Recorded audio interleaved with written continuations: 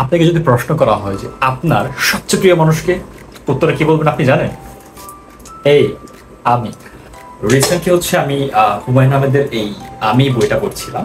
তো এই বইটার মধ্যে হুমায়ুন আহমেদ বেশ কিছু গল্প, বেশ কিছু ঘটনা, তার ব্যক্তিগত জীবন এবং তার মানসিক যে পার্সপেক্টিভ, এগুলো নিয়ে বেশ সুন্দরভাবে উনি বিশ্লেষণ করছেন।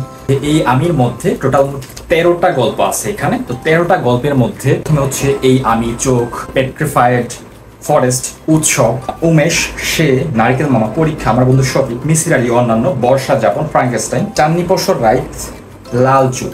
এই আমি গল্পের মধ্যে ওনার গল্পটা এইরকম, আমাদের ফ্যামিলির মধ্যে যে কানেকশনগুলা, ওইটার যে সেকশন, ওইটা খুব সুন্দরভাবে এখানে একজন পিতা হিসেবে সেটা উনি বিস্তারিত বলেন।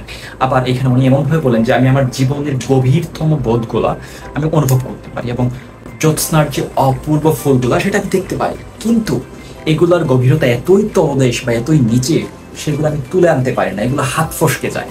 এইভাবে উনি প্রথম ছোট গল্পটা শেষ করেন। পরবর্তী গল্পটা চোখ। তো চোখ গল্পটার মধ্যে মতি মিয়া নামে একজন ব্যক্তির চোখ তুলে ফেলা হবে, এটা খেজুরের কাটা দিয়ে, তো বাদ আসর তার চোখ তুলে ফেলা হবে, কিন্তু ওই লোকটার মধ্যে একটা নির্বিকার ভঙ্গি, সেই লোকটার চোখ তুলে ফেলা হবে, তার মধ্যে কোনো আক্রোশ নাই, কিচ্ছু না। এটার কারণ আছে যে এর আগে কোনো একটা কারণে সে যখন কোনো একটা ট্রেনে প্রচুর মার খাচ্ছিল, তো ওই জায়গার মধ্যে তার কুকর্মের কারণে যখন তার প্রচুর পিটাচ্ছিল, একটা মেয়ে এসে তার উদ্ধার করে। একটা মানুষকে এইভাবে নির্দয়ভাবে মেরে ফেলবেন? সো ওই দিন যে মুক্তি সে পেয়েছিল, সেই জায়গায় এখন যখন আবার ধরা পড়ে, তো তখনও সে এই ভয়াবহ সিচুয়েশনের মধ্যেও সে একটা মানুষের অপেক্ষায় থাকে যে কেউ একজন এসে বলবে আচ্ছা থাক, ঠিক আছে, তাকে আজীবনের মতো অন্ধ করার কোনো প্রয়োজন নাই। এই ঘটনাটা কেন্দ্র করে অনেকগুলো মানুষ চারদিকে জড়ো হতে থাকে। এইভাবে চোখ গল্পটা চলে। আমার মনে হচ্ছিল যে মতি মিয়ার সামনে আমি বসে আছি। পরবর্তীতে যে গল্পটা থাকে পেট্রিফাইড ফরেস্ট, এই গল্পটার মধ্যে একটা বিষয় থাকে যে রূপকথার গল্পে আমরা দেখি যে কোনো একটা কারণে অভিযুক্ত হয়ে সকল মানুষ পাথর হয়ে যায়। আমেরিকাতে এইরকম একটা জায়গার মধ্যে কোনো একটা প্রসেসের মাধ্যমে হুমায়ুন আহমেদ ওইখানে তার ফ্রেন্ডরে নিয়ে যায়, যে মালয়েশিয়ার ছাত্র।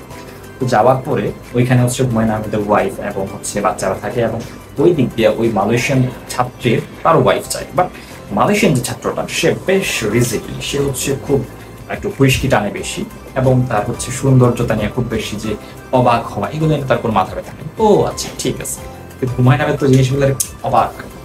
এই জায়গার মধ্যে যে মালয়েশিয়ান ছাত্র, তার ওয়াইফের প্রতি সে মারাত্মক বাজ ব্যবহার করে সবসময়। বাট গল্পটার শেষে মেসেজ দেয় যে আমরা অনেক সময় থাকে যে আমরা অনেক মানুষকে অনেক অনেক পছন্দ করি, বাট সেটা আমরা শো করি না। আমি হয়তো তার প্রতি খুব বাজে আচরণ করি, আমার খুব কাছের। তো এইখানে এই গল্পের মধ্যে একটা জিনিস খুব সুন্দরভাবে আনা হয়েছে বা হুমায়ুন আহমেদ এনেছেন। পরবর্তী গল্পটা থেকে উৎসব। উৎসব জিনিসটা বিশেষ করে আমাদের এখানে, আমাদের মুসলিম হিসেবে যখন আমরা চিন্তা করি, তখন আমাদের দুইটা ঈদ থাকে, এক বড় ঈদ বা ছোট ঈদ থাকে। ঈদের মধ্যে আমাদের যে নতুন কাপড়, সেইটা কেনার পরে ওইটাকে গোছায় রাখা, বা কেউ যেন ঈদের আগের দিন পর্যন্ত এটা না দেখতে পারে। ঈদের দিন দেখবে, এর আগে যদি কেউ দেখে ফেলে আমার ঈদ শেষ। এইখানে এই যে আনন্দ উৎসব, এই একটা সেক্টর তার ফ্যামিলি দিয়ে শুরু করে, বাট এটার অপোজিটে ওই দিন আমরা এক পাশটা অনেক আনন্দ করি, অন্য একটা পাশ কিন্তু হয়তো দিন আনে দিন খায়, এরকম একটা অবস্থা, তাদের খাবার নাই। সো এই যে উৎসব নিয়ে যে একটা কেন্দ্র, এইভাবে টোটাল যে বিষয়গুলো, আমাদের ইমোশনগুলো, আমাদের লাইফেরই ঘটনা, এই আমির মধ্যে ফুটাই উঠছেন। আমি আসলে খুব এনজয় করতেছি বিষয়টা। সো হুমায়ুন আহমেদের নিয়ে কোনো কথা নাই এখানে, উনি সবসময় আমাদের ভেতরকার যে ঘটনাগুলা উনি এখানে সেভ করে। আমি যখন পড়ছিলাম, আমাদের ফ্যামিলি বিশেষ করে এখানে আমরা সবসময় দেখি যে সবসময় সন্তান তার মায়ের প্রতি বেশি ভালো লাগা কাজ করে, বা অনেক ক্ষেত্রে হয় বাবার প্রতি, কিন্তু দেখা যাচ্ছে যে এইখানে হুমায়ুন আহমেদ তার সন্তানদের প্রতি খুবই ফ্রেন্ডলি। সে কখনো বকাঝকা করে না, যেমন একজন মা রাখি যে এই তুই তোর কাপড়ে ময়লা কেন, এই বেশি খাই ফেলছিস, এই তুই তো খাচ্ছিসই না, এই তোর ঝাড়ু দেওয়া বিছানা ঠিক নাই, এই টুথপেস্টের ক্যাপটা কেন খোলা, সবসময় একটা প্রেশারে রাখে। কিন্তু এই যে সেক্টরগুলো, ওই জায়গা থেকেই সে বুঝতে পারতেছে যে যখন তার সন্তানকে প্রশ্ন করা হয় যে তোমার সবচেয়ে প্রিয় মানুষকে, তখন সে বলে মা। হুমায়ুন আহমেদ সে চিন্তিত হয়ে গেছে, আমি কি আমার সন্তানদের প্রতি কোনো কারণে অবিচার করছি, বা তাদের সঙ্গে আমাদের কি দূরত্বটা অনেক বেশি বেড়ে গেছে।